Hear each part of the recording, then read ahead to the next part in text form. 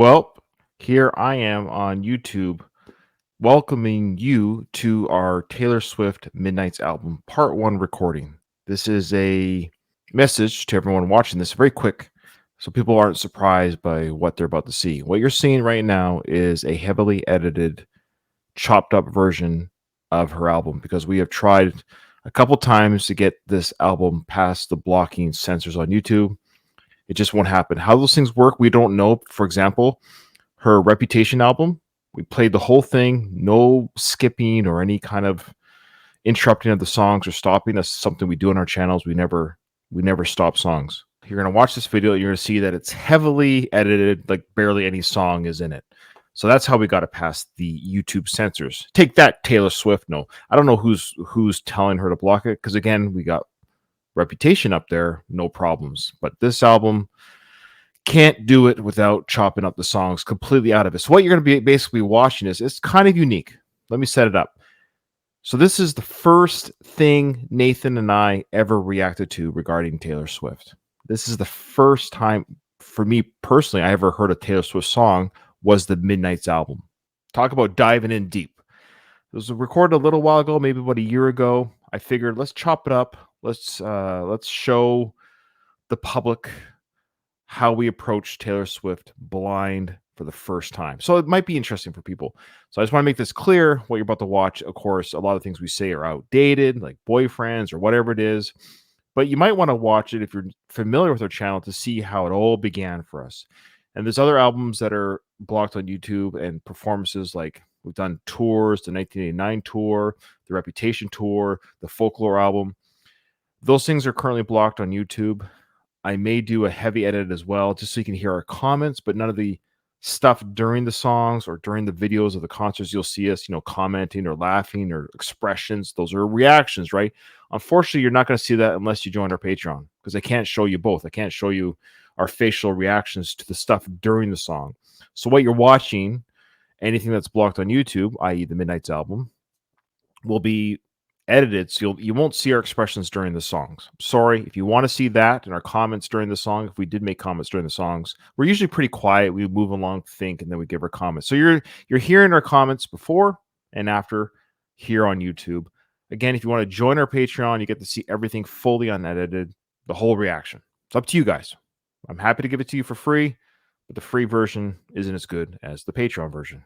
You get what I'm saying. Anyways, enjoy. It's a bit of history, a bit of memory lane. I hope you guys enjoy it. Thanks, everyone.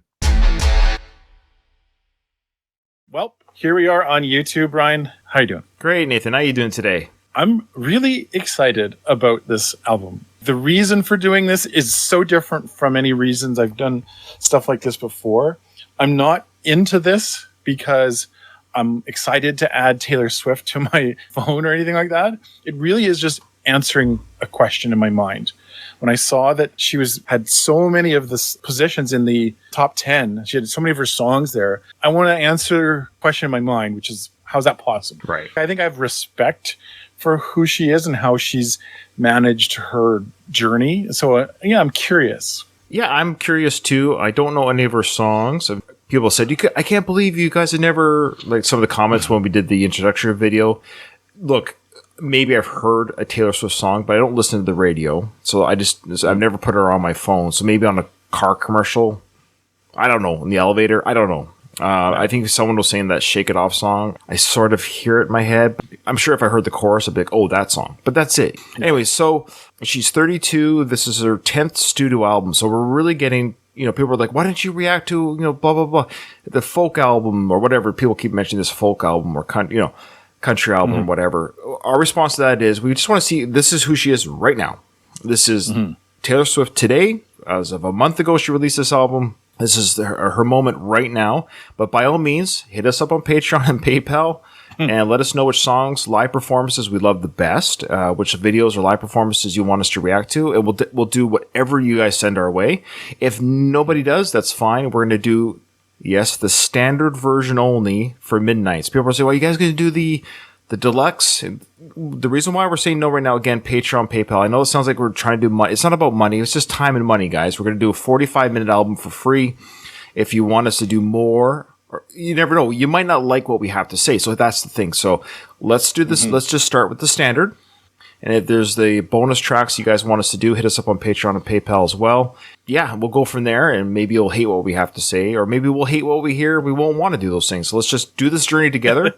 But I'm excited. I'm curious what this album sounds like. And people also said, Nathan, we have to really pay attention to the lyrics. That's a big part of Taylor's, I guess, her fandom. I think they're called Swifties, is my understanding. So a big part of their fandom is she's considered to be a great lyric writer. So it's not always just about the music, so we need to focus on the lyrics. Now, people in our Discord chat right now, thank you for joining us. That's amazing. We've got a full house.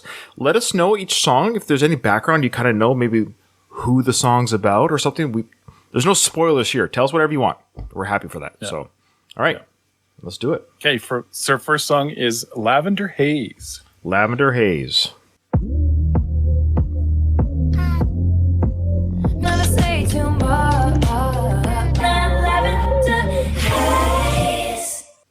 Okay, well, there's our first very interesting Taylor Swift song in the books. I just noticed that one of the writing credits is Zoe Kravitz.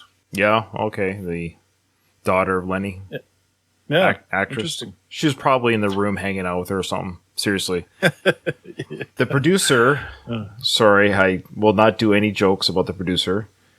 His name is Jack Antonoff. Jack Antonoff. Jack Antonoff. Yeah, just Jack's on and off. Okay, so You said you would never do any jokes. I'm just trying to get his name pronunciation.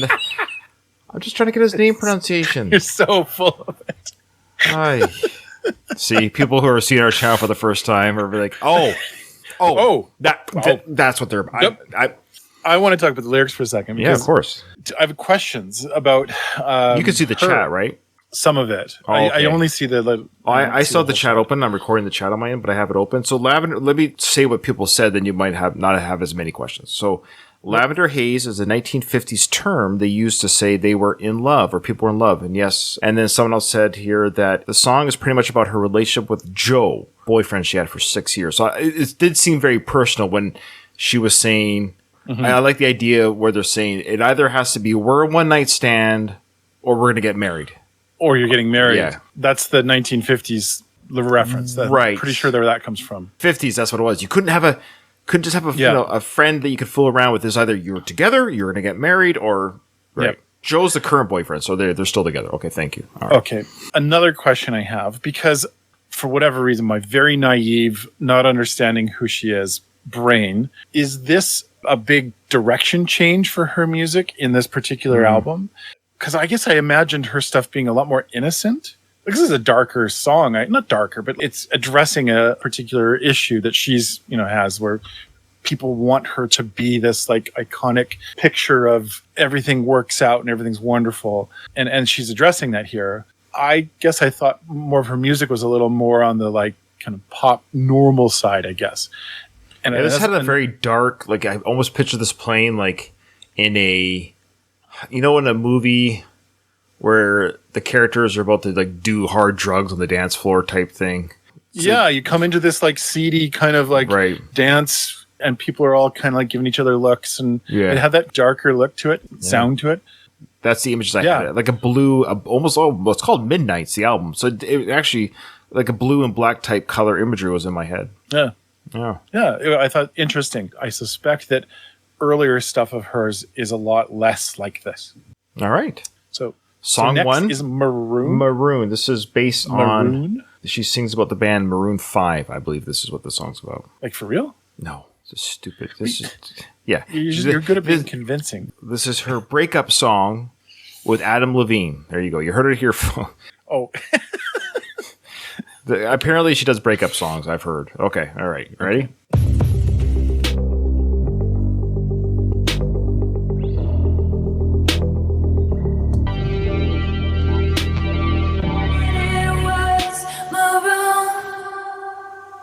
Wow, I like that one.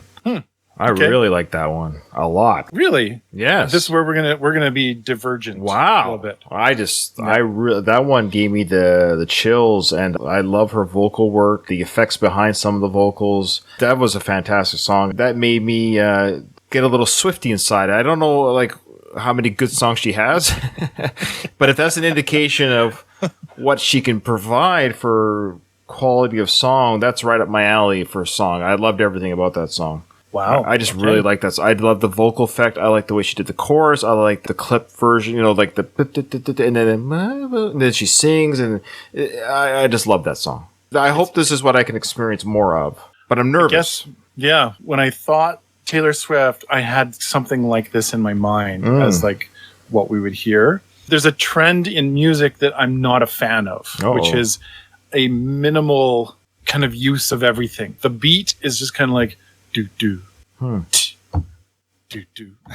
I like a good beat in any song, and I know that this song is intentionally this way, but there's a lot of songs that have this sound already.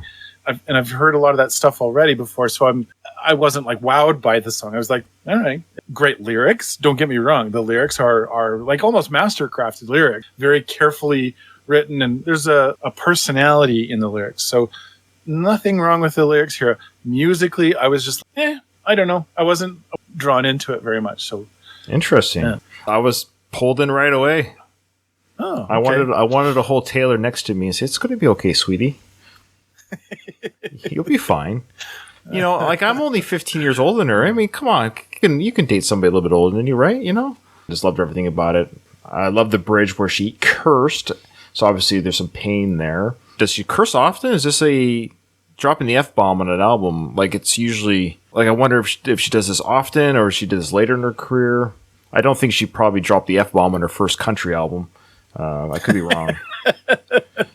I would assume she's done a lot more, like because of that shift from her old producers or whatever. Again, that story, I don't know all the details of that story. So I mean, she's an adult; she's allowed to, and we're adults. Yeah, absolutely. But I just find cursing in songs an interesting choice. Sometimes it works, sometimes it doesn't. In this scenario, this song here, I get it. This is great poetry. I just like the idea of the beginning, like laughing with my feet in your lap. That imagery of, how she's on the couch, and she's lying back and he's holding her feet, whoever this is. Apparently it might be Jake Gyllenhaal or Harry Styles, who some of her past beaux is what people might be saying here. And I just like that imagery of them, just that early stages of that relationship when everything's so fun. And, I'm holding your feet and we're talking. And all right. Cool. So the next song, I think, is the only single from the album so far, according to Wikipedia. Let me know if I'm wrong, people. A song called Anti-Hero. I did see that this is actually at the number 1 slot right now. This is number 1 right now. Wow. Yeah. Okay. Now, just so people know, I'm looking at my phone and I'm also reading the lyrics. I'm not. So I don't want people to think he's looking at his phone. The lyrics for me on my screen that Nathan's sharing is just really small. So I am looking at my phone as I read the lyrics because the lyrics are important. I really want to read them. So I'm looking down at my phone. But I'm reading lyrics. I just don't want anyone to say, he was looking at his phone the whole... Because people have done that before. Okay, go ahead. For the anti-hero. Wow. Oh, that's a great song. Oh, boy. Holy smokes. I can't see the chat, so I know that there's a lot of comments in the chat. So maybe I'll let you talk first and then I'll respond. Sure. Just people are saying that this is a difficult song for her to write because it exposes her deepest insecurities that she's kept up, and it would keep her up till midnight type thing. The song's about insecurities and internalization of the negative things that are said about her. We're a small, stupid, irrelevant channel on YouTube, but even you and I will get comments. People will see. We put ourselves out there publicly for anyone to view, for the tens and tens of people to watch us. Every now and then people will say stuff to us. Like I've lived, as you know, on one of my rants, someone actually attacked my relationship with my spouse. They assumed something because of a comment I made. They're like, but they made it really personal. Like it's one thing to say, hey, I don't like your guys' reactions or your opinions to it. Okay, that's cool. You don't like what we have. That's fair. But then they start getting into your relationship must be this. Like, whoa, okay, now we're. So I can only imagine a celebrity, somebody of Taylor Swift's, stardom. She's obviously one of the biggest stars in the world. Everything she does is scrutinized and talked about. It must be very difficult. So the one side of celebrities, yes, you have fame, fortune, you get to have a whole life and world ahead of you, all these opportunities, but then Yeah, you're under a microscope. Absolutely. And you got these people who are very... And I've heard there's people that are just very cruel to her. And I don't... Am I missing something? She seems like a sweetheart. I don't know what's going on here. I read her lyrics. Well, and why is she going through this? Like, why are people being mean is what I guess I just don't understand that. I've had sisters. I've got 3 daughters. It's frustrating for me to watch when a woman tries to be out there and tries to like make statements or to be in the public and say things. It happens to some men too, but it seems to happen a lot more with women, where people seem to like get behind a hating train faster when it's a woman. It happens in politics all the time, where you get a woman that gets called all kinds of slurs, Right. and the men don't have those same slurs. Right. I understand the buildup for why people will. It's not that I understand it. I understand where she's coming from, but what I like about this song is it's her kind of acknowledging that some of that is her own fault. That gives me more respect for a person. I've always hated it when people just seem to be in this like bubble and they just what everyone else says is wrong and I'm right all the time, and they just kind of assume that they're the right person. I have more respect for people that admit when they're struggling with things, they're trying to work through things, than people who just point the finger back at everyone else. Great strong start to the album. And has she shot her load early in this album? Are we swiftly getting through the good songs? I'm just a little bit nervous. That makes me nervous because these are 2 very strong tracks in a row, Maroon and Antihero. And now we've got numerous songs left. I always get nervous. It's like, did they... All right, we'll find out. So, Nathan. Snow on the Beach is next? Yes, I was going to ask you, have you ever seen snow on a beach before? No, I have not. Not on an ocean beach. Okay. I have seen it on many Albertan beaches. This also features an artist that I've never heard of before, or heard of. I don't know their stuff. Lana Del Rey. Am I saying that right? Lana Del Rey. I don't know. What song does she sing that I would know? Friday? Is that her? That's It's Friday. Black. Oh, I don't know. Doesn't she have black hair? I don't know any. Summer. Yeah, Was she Canadian? Is that what I'm thinking? Is Lana Del Rey Canadian?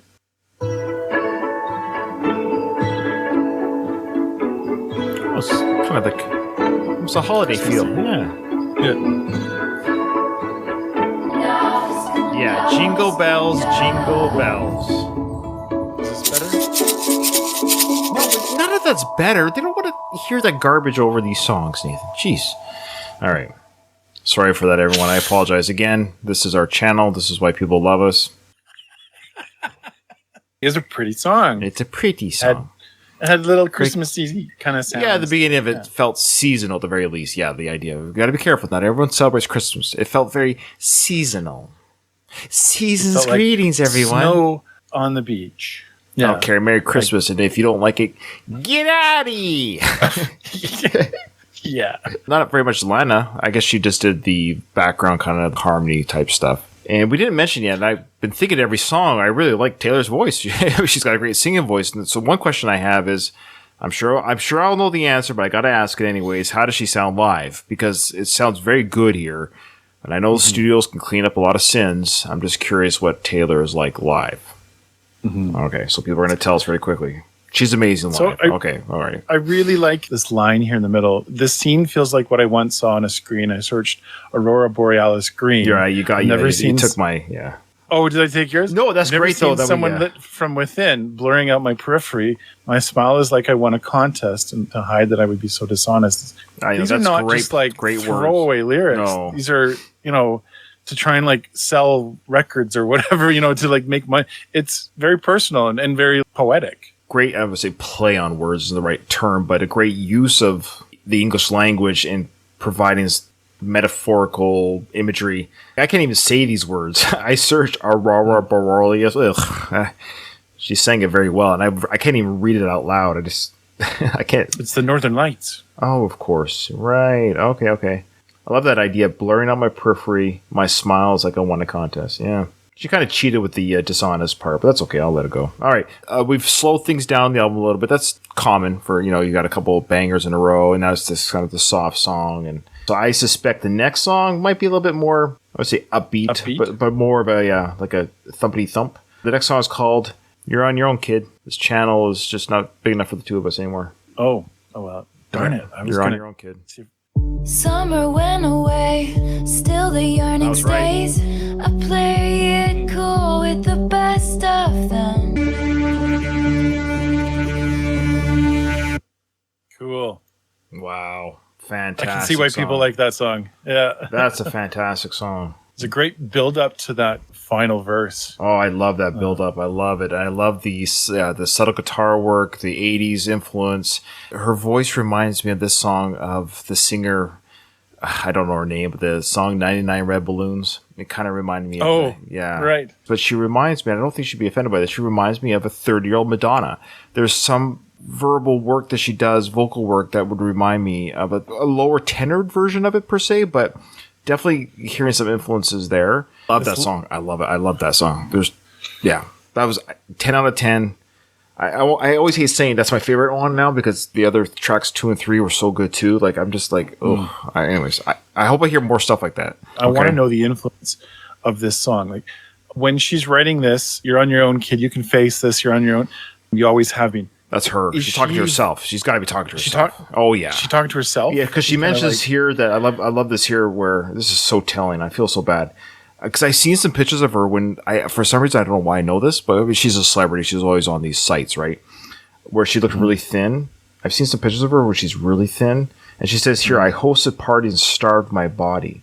I think she's had times where she's probably been maybe a little bit thinner than she should be because of the. So it's a bit kind of her journey. This song is like a journey song. And she goes here, the jokes weren't funny, but I took the money. Again, I like that about the idea that she kind of went to parties, shaking hands with the big wigs and stuff, and ha ha ha ha ha. Oh, ha ha ha ha. So she went to these gigs, pretended to laugh, and she feels bad about that, right? It's disingenuous, but she took the money, she went to these gigs, she pretended to laugh at these probably slimy old guys or whatever, and and then she goes home, it's like, oh, what a nightmare. Yeah, this is it's like I feel like I'm reading a biography here. Yeah, it's very honest. Wow. Sometimes when here we go. When it's dark outside. Yeah. Does it rain at midnight, Nathan? No, I was gonna say it's just dark. It just is. It is what it is. All right. When there's rain, it happens at midnight. Okay. You're terrible. I can't do it as good as you wanted it comfortable, I wanted the pain. He wanted a bride, I was making my own. Is that her voice altered, I guess? Music-wise, not my favorite on the album so really? far. Yeah. We're so different sometimes. That's great. Or we don't need two of us or two of you or two of me on this channel, or else we just have our own channel. Yeah, so music for me, I wasn't a big fan of it. However, it seems to be a very reflective song on her, obviously being with somebody who, people are saying in the chat, it could have been Tom, the guy that played Loki. And then Tom Hiddleston? Yeah, and then Taylor, the Wolf Kid. What's his name? Did she date Wolf Kid? I think she did. Yeah, Taylor Lautner. Yeah, she dated Wolf Kid. So she dated Wolf Kid and she dated Loki. I mean, I guess you just have to date all these good-looking celebrities, which is fair. You kind of date in your circles. Anyways, I almost got a feeling it is Tom or Taylor. They both seem to be type. It sounds like basically they have normal lives. It sounds like whoever she was dating is quote unquote normal. They have a family, they have holidays, and their family's functional. They're just, hey, everything's just nice. But her storm follows her around, and he wants to get married. He wants to have a family, and she's like, no. I'm building my career, and I want to be Taylor Swift, not Taylor Lautner or Taylor Hiddleston. So, and she sounds like she's not that she's mad that this happened, but it's just two different journeys. You got one guy who wants to kind of settle down with a wife, and she's like, I want to be Taylor Swift. I don't want to be a wife. I don't want to be a mother. That's her right. And they just both wanted different things. But the biggest here was, where to say, like, you were sunshine and I was midnight. Oh, yeah. He was sunshine and I was midnight rain. So I think she might be being hard on herself a little bit. His life might have been joyful and it seemed like a very comforting, warm type personality and family life. But she shouldn't be so hard on herself that she was midnight rain. I would just say she just might have had different goals. I think she might be being hard on herself. But it sounded like she also said, I broke his heart because he was a nice guy. Is that this song? Well, yeah, it is. If you kind of read between a bit of the lines here, look at the first, I guess, stanza. Right. Or first and second. He wanted it comfortable. I wanted that pain. Okay, I guess that's the chorus. But My town was a wasteland full of cages, full of fences, pageant queens, and big pretenders. But for some, it was paradise. She's coming from that sort of pretending that everything's wonderful. So for her to go and hang out with someone who actually does have a lot of things that are working out, that's hard for her to do because it feels like it's fake, even though it might be real. It's telling her, kind of exploring this in song, and for all of us to watch and listen to. I really enjoyed the wordplay in this song. The music was pretty good. It wasn't my favorite, but it was experimental. This is a pop song. Unlike a lot of pop songs, hat goes off to her for being this creative, this original. That to me is what Taylor Did we Swift, say what I'm getting is that she's very original. Did we mention this is her 10th album. studio album? She's 32. Yeah. So it's not like she's mined everything and she's just like scraping the bottom of the barrel here. She's still reinventing things, which is fantastic. All right, we'll do one more for part one. Do you have any questions before we do the next one? Is that how you're going to start this song? See, it's not fair. You have the cheat sheet in front of you, so my little jokes, it doesn't work. Anyways. All right. Question. Here goes. Question? Question. Question? ... Good girl, sad boy, big city, wrong choices. We had one thing going on. I swear that it was something, cause I don't remember who I was before you could still touch her. It's just a question. It's about her good friend Selena and her ex Justin Bieber. Okay. The people are very quick to point that out, so thank you for correcting. That's what I love about having the people live in our Discord. Yeah. People are also saying this song calls back to her album called 1989, and on that album, Nathan, she apparently a lot of it about Harry, a lot of great theories. I'm always impressed that people even can piece all this together, which is what fans do. That's great. I do the same thing with my fandom. So you know, who's this about? What's this about? That's fine. We all do that. Yeah. So good insight about maybe who this is about. I really like it. To be able to pull off lyrics like, can I ask you a question? It reads like actual like writing. Did you ever have someone kiss you in a crowded room and every single one of your friends was making fun of you? And it still rhymes, but it's 15 seconds later they were clapping too. Then what did you do? This is always the problem with pop music. Pop music often is extremely vague so that anybody can find their own meaning for it. And they go, oh yeah, this means this for me. And now I can make it my song because it resonates with me because I have that same problem. Feels like with Taylor Swift, what she's doing is she's borrowing an idea from country music, because country music is often storytelling. In fact, most of the time it is. It's usually got a story that it's telling you throughout the song. She's probably carried that over from, because I know that she did country for a little while, from that where she continues to tell her own stories through the music, but still makes it pop. Like it's actually quite miraculous. Like she's really tapped into the best of both worlds here. So if this is about Harry, even if it's not, there's a part. Sorry, Nate. Great thoughts. Sorry, I'm not.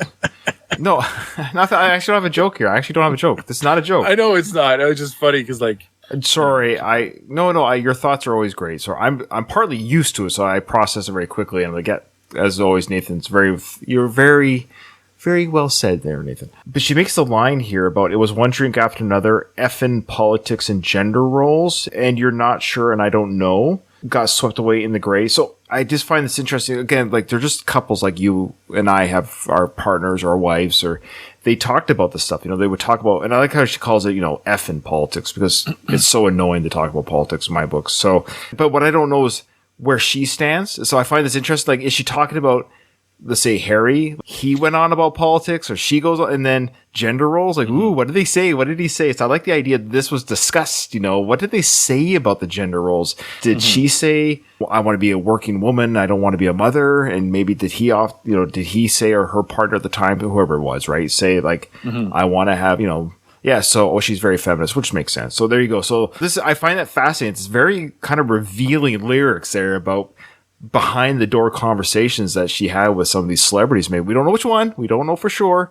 Yeah, I like that part. Oh, and I also, as you know, I work in the military. I'm in the Navy, and I did a couple of years as training recruits. I didn't know that. Yeah. Okay. But there's a couple of people. So I trained recruits for a couple of years, right? New recruits, boot camp essentially, drill instructor, right? And anytime I'd have a kid say to me, "Can I ask you a question?" I always like, no. I would often say, I've been on this planet for a long time. I'm fully prepared to have a question asked to me. You don't have to preface your question with, can I ask? Just lay it into me. What's the question? Just reminded me of that. That's all. People are saying that Ryan wants the tea. Do you know what that's about? Oh, was there something about the tea? Tea. Like, we'll sit down and have tea. Oh, I want more gossip. She's the one that's saying we're talking about this politics and gender roles. I want to know. I want to know what they're talking. Yeah, absolutely. I'd love to be a fly on the wall for those conversations. Anyways, also be a fly on the wall doing the love making. Okay, so that's part 1. Yeah, we'll see you. We'll catch up the rest here pretty quick. Oh, we should say really quickly here. I'm enjoying this very much. Oh. This is much more enjoyable than I thought it would be, and I hope more good songs are coming.